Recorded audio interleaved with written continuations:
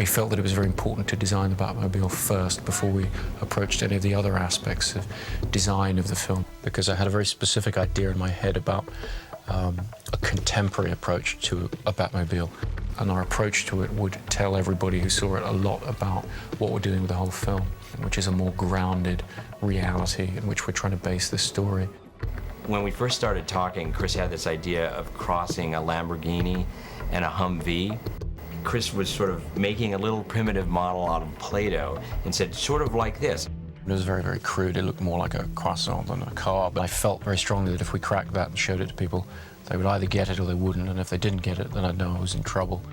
Then fairly early on in the process, Nathan Crowley, the production designer, came on, and while I was writing, this was crazy, he created a little model shop in Chris's garage.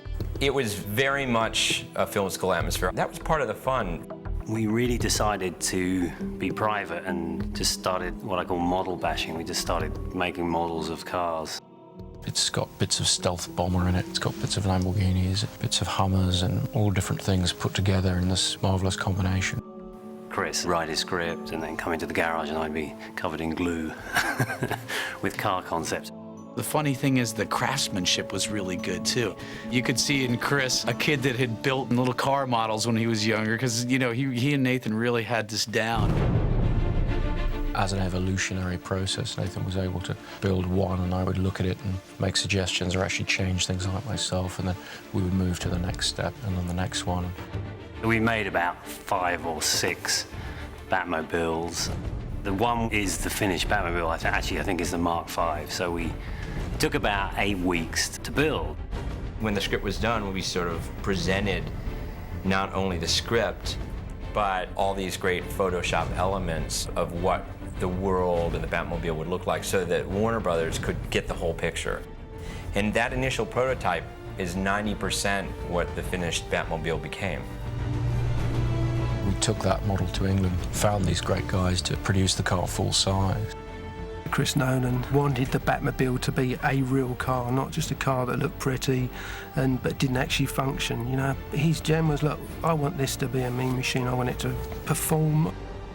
I want it to go through things, and that was, you know, how we went into developing this whole car. The challenge is first technically how to make something as complicated as that steer and work.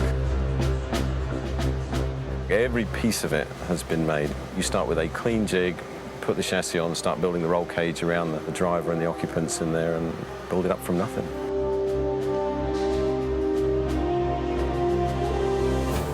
The front end of the car is what is so different. There is no front axle. There's nothing holding the wheels in the conventional way. The wheels have to be held from the outside.